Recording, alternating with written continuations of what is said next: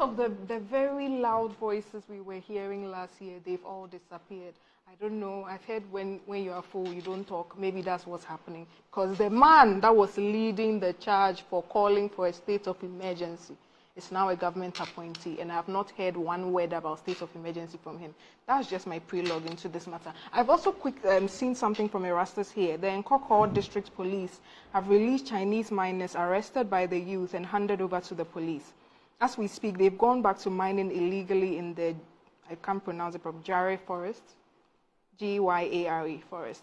This was, I think he just posted this morning. Gyare.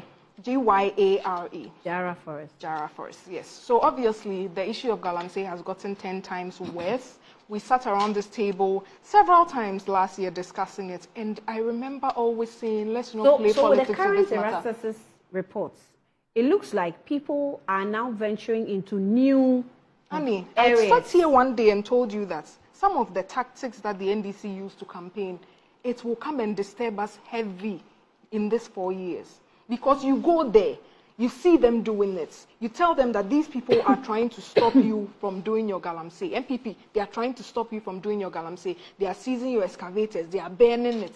Put them aside. Drop them. When we come, we will allow you to mine. When you come, do you think you even need to call them to give them permission before they go in? They will just, they are emboldened. We've seen very quickly over just three months how the miners are emboldened. They're emboldened to the point of stopping the military people entering their camp. It is getting out of hand.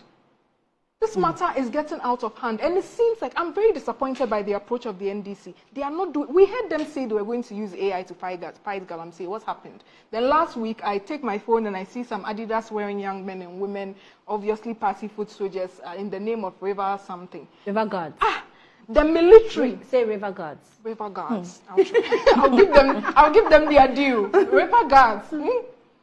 The military is unable to fight it. They are met boots for boots, bullets for bullets. Nothing is happening. NIB, instead of going there to pick intelligence on this, you are picking media people that are talking on galamsey. That one, you know which part of the Christian village stretch you can accost them on to find the journalists. But you can't go and see that this, for them to have the effrontery and the hubris to lay ambush in the bush, waiting for Forestry Commission officers. What is this matter dissolving into?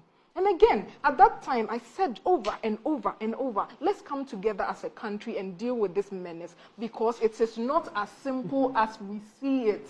People said, no, it's an MPP problem. When you kick the MPP out, galamsey will stop. I can't even say I'm happy, but posterity is in the womb of time. Things are becoming clear and clear by the day. That was so far from the truth. When you remove MPP from power, galamsey will go. Now it is getting 10 times worse, and everybody can see it. More of the forest reserves are being entered because some of them were promised. Some of them, the only reason they were campaigning, praying, everything for NDC to win power is because they believed that when the NDC in power, they will be able to enter the forest reserve. And I've spoken to somebody that he might even be watching us because he has told me that he's the officials of NPP who were accused of being involved and engaged in galamsey, have they stopped? No. So, Annie, that's one thing. People have concessions.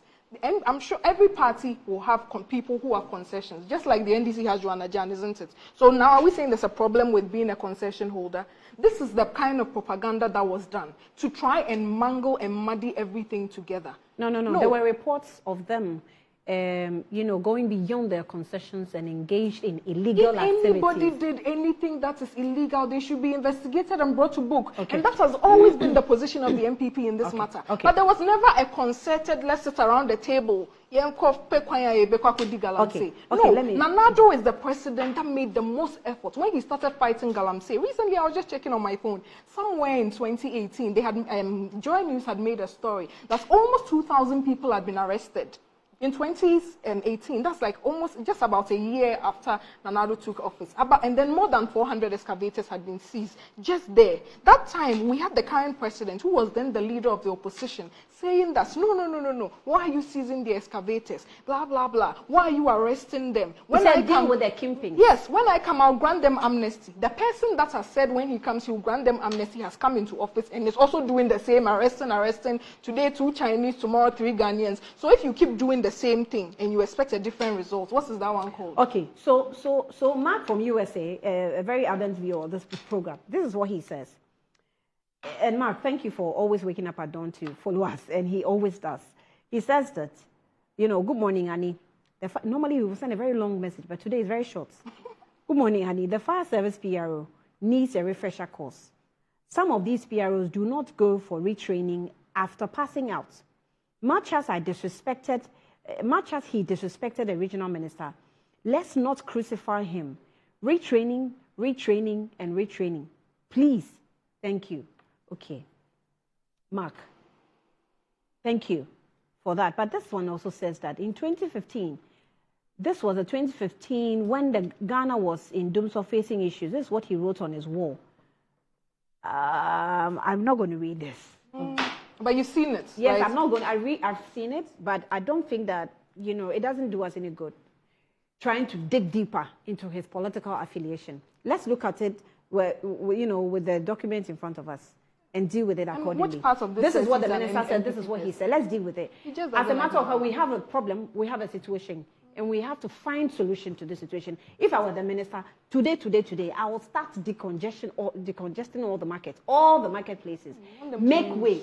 You know, look at the fire tenders and their sizes and see when they are coming, which way or which pathway can they use, maneuver their way into the market. Because we have to do that. We have just built markets and it's just there. And foodstuffs are on the floor, everything's on the floor. So let's deal with that. Then later we can find solution to who is MPP and NDC. Amma. Right. I think I have to agree with the last text about retraining. It's important. I'm also not, you know, I'm too happy when we over-politicize every issue. If it's about training, let's train him. He clearly needs training. I'll take off from where Doc left off. And he says, you know, Mahama spoke about seizing excavators in opposition. I think that since becoming president, he has shown that what he said was rooted in principle, right? He's currently called on all of us not to burn the excavators. He says those excavators can be put to good use, like in some instances used to construct roads, used in farming, you know, and things like that. So clearly, he hasn't moved away or departed from anything that he said when he was campaigning. There's a clear case of him being consistent, you know, in this galamsey issues. Everything that he has said in opposition, he has lived by. He doesn't believe in seizing excavators and burning them. He said that in opposition. He's become president. He says, yes, don't burn the excavators. Let's use them. Let's put them to good use. If we can just use them to clear paths in some instances, let's do that. So just to correct and I also mentioned he questioned. He said he would grant the galamseyers amnesty, you know, and now he's arresting them again. So is he just arresting them too? Let's come to the substantive issues. Quickly. I was, you know, fortunate to have sat through that sort of a parliamentary meeting about galamsey, the one that was organized under the auspices of Her Excellency, the Vice President of the Republic of Ghana, co-chaired by, you know, the Honorable Amakufi Boa. Okay. And these were some of the recommendations, if you permit me. I actually took a picture of it with my phone. It was very important to me as the presentation was going on. It says, it gives an action and then it gives a timeline.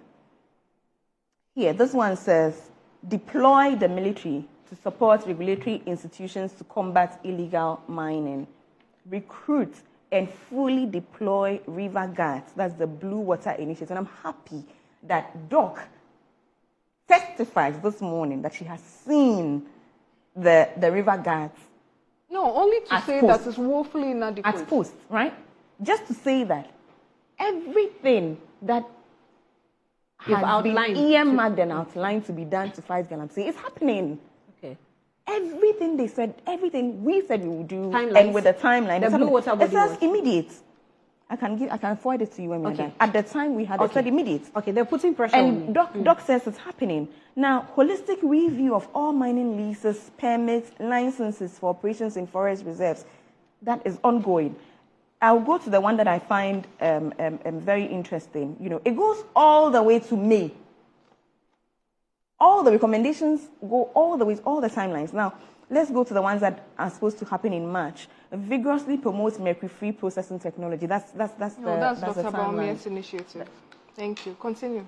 I'll explain why, because I sat here and told you about mercury-free gold catchers. In fact, we deployed river wardens. Unless you are saying that he brought some. So what I'm saying is that allow me to do this. You're finished, but your proposal on galamsey, there's nothing new. Do you believe that this is going to solve the menace? Honestly. So, I mean, first of all, the ones that were said was going to happen, I didn't say it's happening. You said it's happening. No, just how right? You said it's happening. Is. So let's give this government its due.